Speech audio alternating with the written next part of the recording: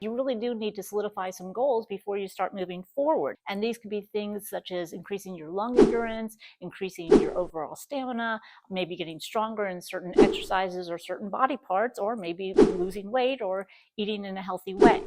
So goal setting. Now, I know it sounds like it would be very basic and very easy, but it's actually not. And if it was, everybody would be accomplishing their goals. And unfortunately, people don't set goals properly.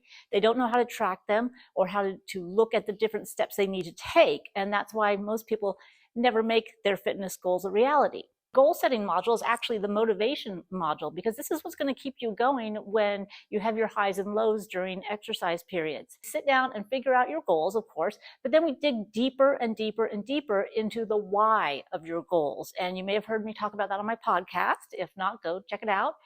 So let's just start with a goal, and we'll look at one of the goal sheets so that we can kind of find which one is the most important at this time. Now, of course, everything's always important. You know, everybody wants to lose weight, tone and tighten, get strong, have better endurance. All of that follows suit, but it's all going to work together as well. And so there usually is one huge priority goal, and that's what we need to figure out first. So going through the list and figuring out all the different things that you want to accomplish, and then narrowing it down to maybe one or two that you can really focus on and set a schedule for. Now, the second part is going through your goals and really being honest about what you're willing to do and what you're not willing to do. And some people are just not willing to get up in the morning. Some people don't care. Some people are not willing to change their diet. I've actually had clients that did not want to change the way they eat because they ate as a family and they didn't want to have to make special foods for themselves. And you know what? They still lost weight and got in great shape because they were doing everything else right and they were eating healthy. So then we move on to a goal inventory, which summarizes everything you just thought about. You want to go ahead and define what that one thing is that you want to achieve, and you want to be specific. Figure out why that is important to you. And then figure out, when I attain this goal, what will I get?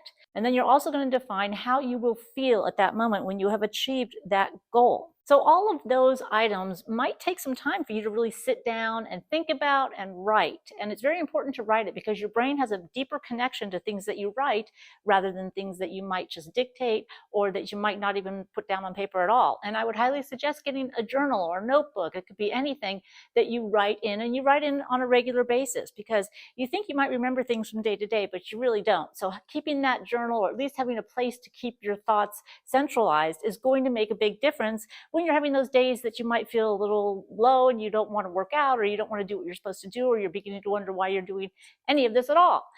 In the next steps, we go through details in how to schedule your workouts, what days, what times, and we create milestones, which are ways for you to tell if you're on track. And then, of course, those can always be revised if something happens and gets you off track or something, as life often does. But the goal is to have that in place so that at least you have that to shoot for. Those are those little steps along the way. And then between those, we have what I call stepping stones. And those are just the little pieces that you need to do each week to get to the next step.